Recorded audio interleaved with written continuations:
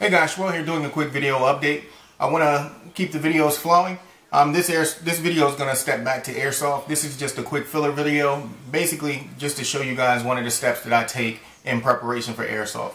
I plan on trying to go out and play this weekend. Let's see how that works out for me. Just a bit of a change from the norm. What I'm going to do is show you what I do to prepare my magazines for play. Now I do this when I initially get them, as well as once every 6 to 8 months or so. But this is regular maintenance for me. One of the things that I'm not going to do is I'm not going to show you how I lubricate them, because I don't have any lubrication on hand right now. But I will revisit that in a later video. But you guys will get a good understanding of the prep work that goes into me going out and actually playing Airsoft.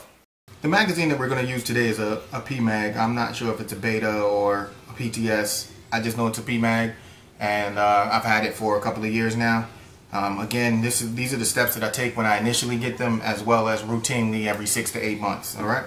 The first thing you want to notice up top, there's a circular plate here. On this plate it has a 8-0 marking on it. When you initially get these magazines, this is going to probably be the most difficult part to take care of. What I do when I initially get them is I tap the magazine on a hard surface quite a bit, as well as apply pressure here. Now what this is a plate that gives you access to the spring. I'm going to show you. What I do is I depress it here with my thumb and give it a hard twist. Now again, initially when you do this, there's a little bit of glue, not a lot, just a little bit of glue that holds this in place. And you're going to give it a quarter turn, and you'll feel it stop. Once it stops, you know that it is released. And as you bring it up, you're going to feel the tension. You want to be careful when taking this plate off, because there is a spring under it. And under the plate you'll have a piece of plastic here, which is, I'm going to call this a follower or a guide. It's almost like a spring guide inside of your AEGs. Alright? And then you have the spring. And the spring, again, it's going to be spring loaded. So initially, you just got to be careful when you initially open it. Okay? Now on the other end is going to be the follower. Now this is what actually guides the BBs. Now again, this is maintenance. I'm looking at this follower and it doesn't look right to me. There is a piece missing off of this. Now over time these magazines do break. With a lot of use, you run into problems where they're not feeding correctly. A lot of times it's because there is something wrong with the follower here on the other end of the spring. Now this one is missing a piece. I'll show you what the correct piece is supposed to look like, and I'll try and take some close-up pics so you guys can get a good look at what it is that I'm talking about, and hopefully it'll be obvious to you as it is obvious to me. Now sometimes when you pull this spring out, this piece isn't actually connected to the spring, it's actually still inside the magazine.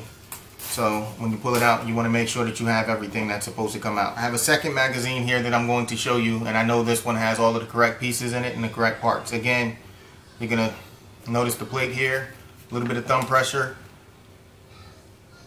a turn, and then you're going to have the spring tension. And again, you want to make sure that you maintain control of the spring and the followers as you're pulling it apart. And here's the follower that came out of the magazine. Now this one I know is correct, and if you notice, this is the piece that's missing off of the other one. Again, I will get you guys some close-up pictures of the different parts.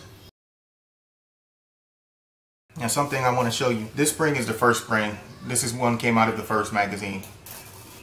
And this is the second magazine. Now if you notice, there's quite a substantial difference in length on these springs. That is because when I took this one apart the first time, I stretched out the spring to add a little bit more tension so that the BBs are under more stress while they're inside the magazine, which makes them feed better. So maintenance for this magazine would be to take it out and stretch out the springs just a bit. Not too much. I don't want to make it straight, but I do want to extend it quite a bit. Now you're going to notice a difference now. The difference isn't as much. Actually, they're about the same length now. And that's simple. That's it. At this point, I would usually lube up the spring just a little bit, not too much, a dab of lube on the follower, and then reassemble the magazines, and I'm done. Reassembly gets a little tricky, guys. Something that I use, a lot of times I use something that is a stick, something similar to this lollipop stick, which I'm going to use today, or a cut Q-tip, just something that can fit inside the springs in this way. Alright, now basically I'm making a modified spring guide so that I can help feed the springs back inside the magazine. What you'll notice when you start extending the springs like this, that there's so much tension that it's harder to put the magazine back together. The follower end goes in first, and you want to feed that in. Now this spring can only go in a certain way because of the way the channel is designed. It's in a rectangular shape, so you'll feed the spring in as much as you possibly can. What you want to make sure of when feeding it in is that the follower comes up to this end as well. And you know that there's no blockage and everything's going to work as intended. Again, the follower has made it to the tip here on the other end of the magazine where it actually feeds the BBs. So now, right now, this is where I'm going to stop, and I'm going to start using my makeshift tools. And again, you can use anything that you have. There are some screwdrivers that are small enough to fit, but right now I'm just going to use this lollipop stick and go from there. What you want to do is slowly creep the stick down into the spring, and then once you have enough control over the spring, push the spring down. Alright, now it's into the magazine. And carefully bring it back out and get a hold of the spring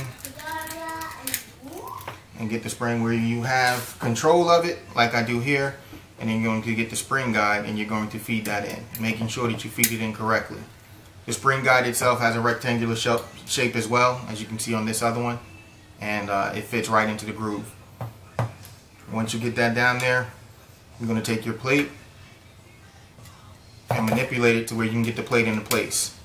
And then again, give it a turn and you're back. I make it look easy, but this is years of practice, and I've been doing this for quite a while, guys.